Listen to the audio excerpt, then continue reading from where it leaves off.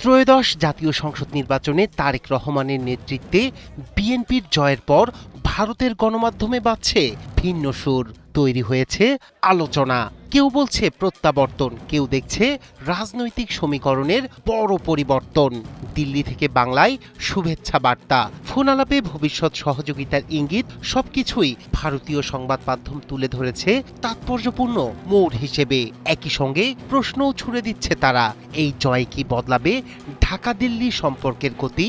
আঞ্চলিক কূটনীতিতে নতুন ভারসাম্য তৈরি হবে, নাকি পুরনো সমীকরণই নতুন নামে ফিরবে? তারেক রহমানের বিজয় কি তাই শুধু নির্বাচন ফল নয়, দক্ষিণ এশিয়ার রাজনীতির নতুন অধ্যায় হিসেবে দেখছে ভারতীয় মিডিয়া। খরচ বাঁচে 65% পর্যন্ত। ওয়ালটন বিএলডিসি ফ্যান ছড়ায় স্বস্তির সবুজ হাওয়া। বাংলাদেশের ত্রয়োদশ জাতীয় সংসদ নির্বাচনে বাংলাদেশ জাতীয়তাবাদী দল বিএনপির বড় জয়ের পর ভারতের গণমাধ্যমে শুরু হয়েছে ব্যাপক আলোচনা। বিএনপির এই জয়ের পরপরই অভিনন্দন জানান নরেন্দ্র মোদি। সামাজিক যোগাযোগ মাধ্যমে বাংলায় পোস্ট দেওয়ার পাশাপাশি টেলিফোনে বিএনপি চেয়ারম্যান তারেক রহমানকে শুভেচ্ছা জানান তিনি। ভারতীয় সংবাদ মাধ্যমে গুরুত্বের সঙ্গে তুলে ধরা হয়েছে এই কূটনৈতিক উষ্ণতা।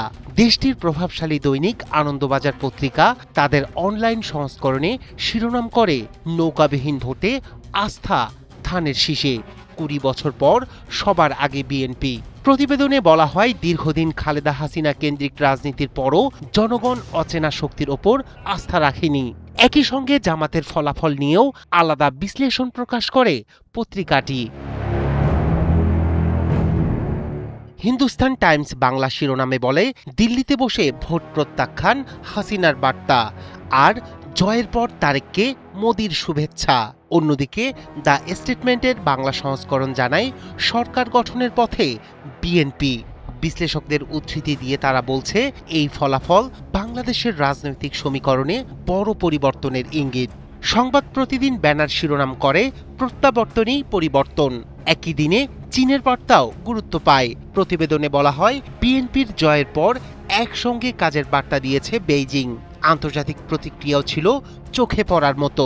পাকিস্তানের প্রধানমন্ত্রী শাহবাজ শরীফ এবং প্রেসিডেন্ট আসিফ আলী জারদারি সামাজিক যোগাযোগ মাধ্যমে অভিনন্দন জানান। আমেরিকা থেকেও শুভেচ্ছা বার্তা আসে বলে জানায় ভারতীয় গণমাধ্যম।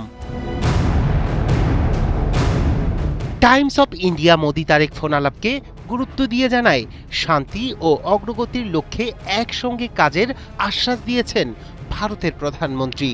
দ্য হিন্দু লাইভ আপডেটে ফলাফল, জামাতের প্রতিক্রিয়া এবং তারেক রহমানের রাজনৈতিক উত্থান নিয়ে বিশ্লেষণ প্রকাশ করে। ইন্ডিয়া টুডেও একাধিক প্রতিবেদনে ভারতের পক্ষ থেকে বাংলাদেশের গণতন্ত্রে সমর্থনের বার্তা তুলে ধরে। সব মিলিয়ে বাংলাদেশের নির্বাচনের ফল শুধু দেশের ভিতরেই নয়, নতুন সমীকরণের ইঙ্গিত দিচ্ছে আঞ্চলিক কূটনীতিতেও।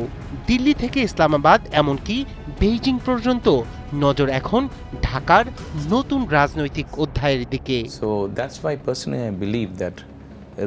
রায়হান কবির শুভ্র, ৭১।